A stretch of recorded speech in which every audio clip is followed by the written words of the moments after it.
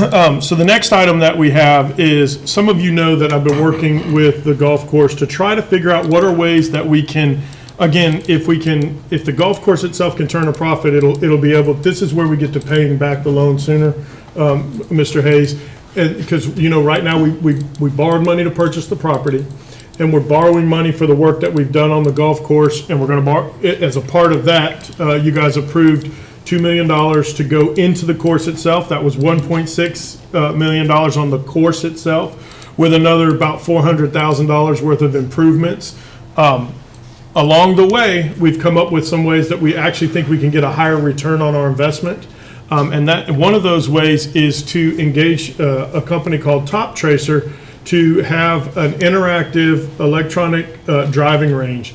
If any of you have ever been to or seen TopGolf anywhere, I don't know if has anybody ever been to TopGolf?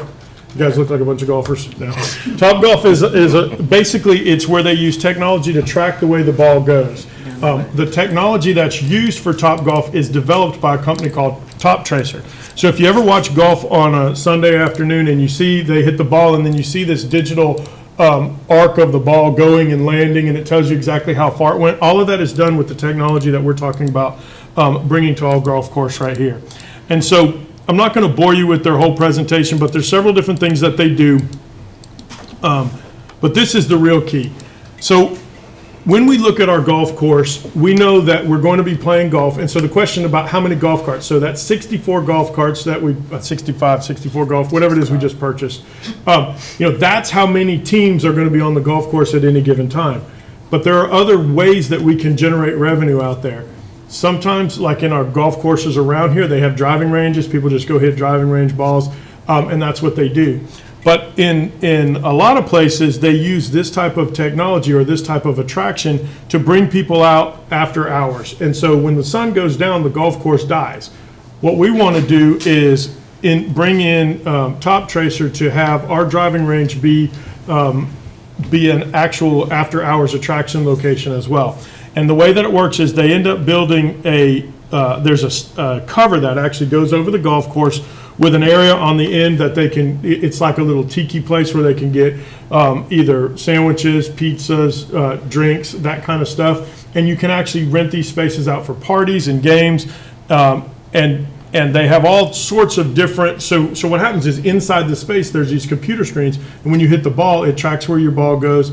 And so somebody could go, so like for example, if my wife and I go to dinner one night, and we want to do something, you finish eating dinner and you want something to do, what is the one thing everybody says that there's nothing to do in Crestview, right? You can go to the movies and that's it.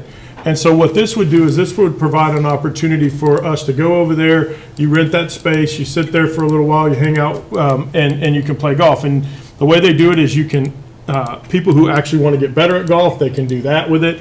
There's games where kids can play. There's where you can actually play different golf courses all over the country.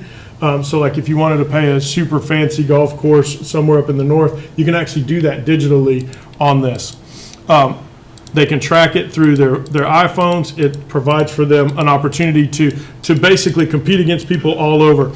And so when the thing is built, we're not doing this one, it's too expensive. We're actually looking at doing this particular structure right here. And what that does, so what you can see in it is the front space where the golf bags lean up and where they actually hit the golf balls from. What you don't see is on the back side of this, there's actually like a little couch, an outdoor couch area where, so if two couples go over there and they're going to hang out and do this, they can, one person's hitting the ball, everybody's watching it on the screen, they're sitting back, eating dinner, enjoying themselves. And the main purpose of this is it provides an opportunity for us to be making revenue at the golf course in hours that the golf course would not normally be open. So then the question is, well, how much, right? And so building this particular facility right here, there's a company that builds it, and we've already got a quote from them. We can actually, so we have right now the ability to do 15 actual driving range lanes. So you can have 15 different people playing at one time. And so to build a 15 bay range facility and a tiki restaurant bar thing on the end of it, we're looking at a total investment of $104,000 for the structure itself.